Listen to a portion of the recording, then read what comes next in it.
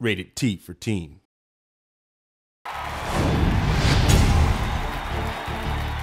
What's up, guys? Nevin Dravinsky, producer on UFC Undisputed 2010, coming to you from the famed Black House Gym, once again in an undisclosed location somewhere in Los Angeles, California. I'm joined here by Mr. Ed Soares, co-owner of the Black House Gym. Thank you so much. Oh, it's my pleasure. We're going to talk today about some of the improvements and enhancements to the UFC Undisputed 2010 career mode. I think what you'll find is a much more immersive experience, much more representative of what real fighters go through. We have weigh-ins, a lot more interviews. We also have this concept of starting rivalries, and you get to kind of pick a fighter voice, and throughout the interviews you can decide what kind of response you're going to give about your opponent, about your sponsors. I mean, Ed, you've been a manager for a long time. You've kind of gone through this. I never really get any sort of antagonistic feelings from your guys. Is it just absolute confidence that these guys have? Definitely is confidence, but I just think that all of our guys are really good guys, and they're, all of the guys I manage, I tell people all the time, it's more like a family. It's more a group of guys that there's no one that I manage that I wouldn't let stay at my house.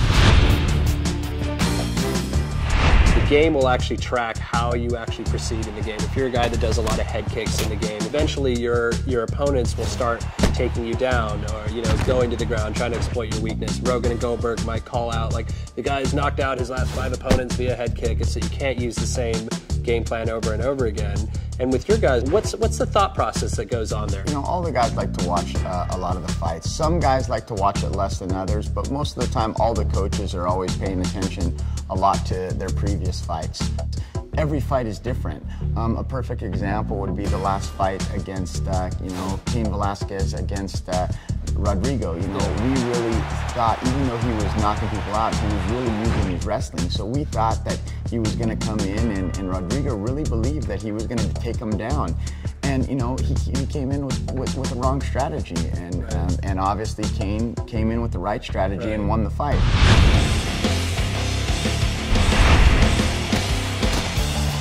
So much like in the real UFC, we give players the opportunity to train at different camps. This year it's not boxer, wrestler, Muay Thai, Jiu-Jitsu guy. You're just learning specific moves, and you go work with members of these camps to get these moves. So for example, if I'm in, heavyweight, I work with Junior and, on his boxing, and I work with Nogueira on my Jiu-Jitsu.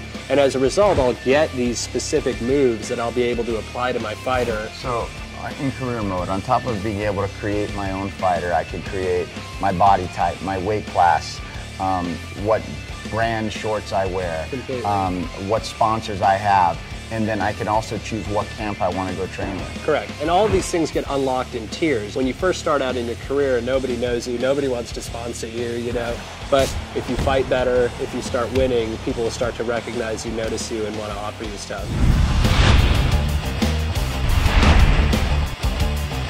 You've had like a long career in history with these guys and kind of watched them all grow up. They came from all different places. Lyoto, he got his first fight in the US here, was in the WFA. And what a great segue, in our career mode, we have this aspect of where instead of, jumping right into the UFC, you actually start off your fights in the WFA, much like Lyoto, and then at some point, if you perform well, you actually get to move up into the UFC.